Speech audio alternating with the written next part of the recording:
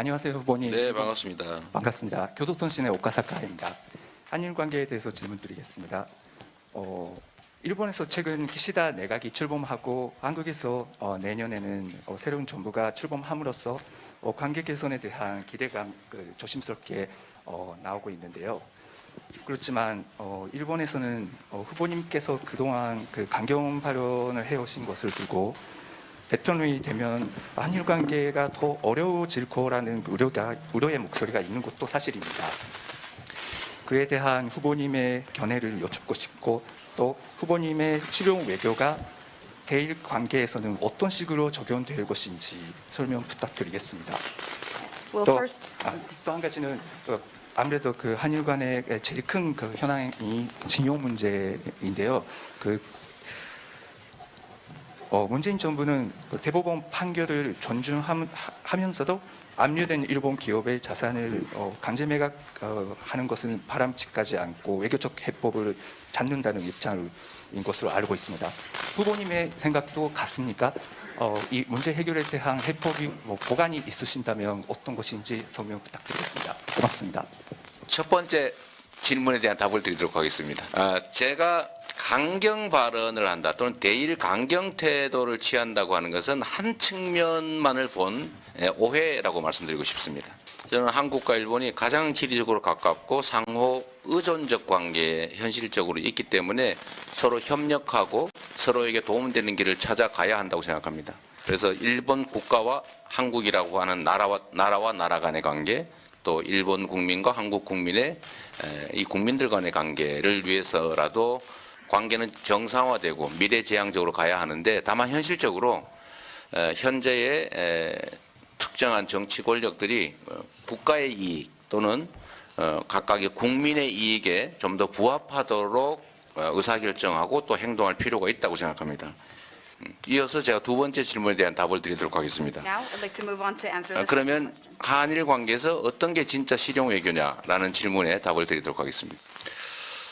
저는 우리 이제 한일 관계의 이 외교의 장애가 되고 있는 과거사 문제, 또 독도를 둘러싼 영토 문제, 이 문제와 아까 말씀드렸던 국가와 국가의 관계, 국민과 국민의 관계에서 중요한 사회 경제 문제, 이 문제들을 좀 분리해서 현실적인 정치 세력들이 해결해야만 될 이 과거사 문제, 그다음에 영토 문제와 사회 경제 교류 문제는 분리해 가지고 할 수 있는 일들은 해 나간다. 이 투 트랙으로 접근하는 게 좋겠다는 생각이 듭니다. 침략에 따른 한반도의 피해라고 하는 과거 문제, 이걸 사과할 것이냐 말 것이냐, 배상할 것이냐 말 것이냐 하는 이 과거 문제와 우리가 앞으로 가야 될 미래에 관한 문제는 분리해서 대응한다. 또 영토 문제는 영토 문제대로, 정치 문제는 정치 문제대로 분리해서 경제적 교류와 협력의 문제 역시 분리한다. 이런 입장을 좀 잘 관철해주면 저는 충분히 쌍방이 합의할 수 있는, 쌍방이 동의할 수 있는 길을 찾아낼 수 있다고 생각합니다. 그래서 세 번째 질문에 대한 답을 드리도록 하겠습니다. 징용 문제, 징용과 관련된 판결의 강제 집행 문제를 어떻게 해결할 것이냐, 이걸 물어주셨는데 답을 드리겠습니다. 서로 상대 국가의 현실적인 문제들을 좀 인정할 필요가 있습니다. 그 첫 번째 가장 중요한 차이가 뭐냐면, 한국은 입법, 사법, 행정이 헌법상 명확하게 분리되어 있어서 이 행정 영역이 사법에 절대로 관여할 수 없고, 관여하면 그게 범죄 행위로 처벌받게 됩니다. 근데 일본은 행정과 사법이 완전히 분리된 건 아니어서 행정적 요구에 따라서 사법적 결정과 집행이 바뀌어질 수 있는 나라라고 알고 있습니다. 그래서 서로 이 사법 판결과 집행에 대해서 이해하는 그러니까 입장이, 객관적 상황이 좀 다릅니다. 그런 전제 위에서 가해 기업과 피해 민간인 사이에 이미 이루어진 판결을 집행을 하지 말자라고 하는 것은 사실상 불가능하기 때문에, 그 전제 위에서 이걸 인정하는 전제 위에서 문제 해결점을 찾아야 됩니다. 그 첫 번째는 지금 한국의 피해자들의 주된 입장은 돈을 받는다는 다음 목적이고 사과를 받아야 되겠다는 것입니다.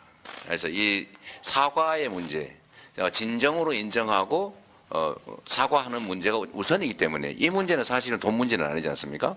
또 이런 그런 문제가 있고 두 번째로 집행 문제는 일본이 요구하는 것처럼 집행 자체를 아예 하지 마라. 판결을 취소해라. 라고 하는 건 불가능하기 때문에 그 전제 아래서 예를 들면 지금 여러 가지 대안들을 서로 논의하고 있습니다만 그중에서 어떤 대안을 만들지는 제가 지금 이 자리에서 말씀드리기는 어렵고 다만 서로 인정하고 객관적 상황이 다름을 인정하고 그 위에서 사과하고 진지하게 사과하면 저는 마지막 남은 배상 문제는 저는 충분히 현실적인 방안들을 얼마든지 찾아낼 수 있다고 생각합니다.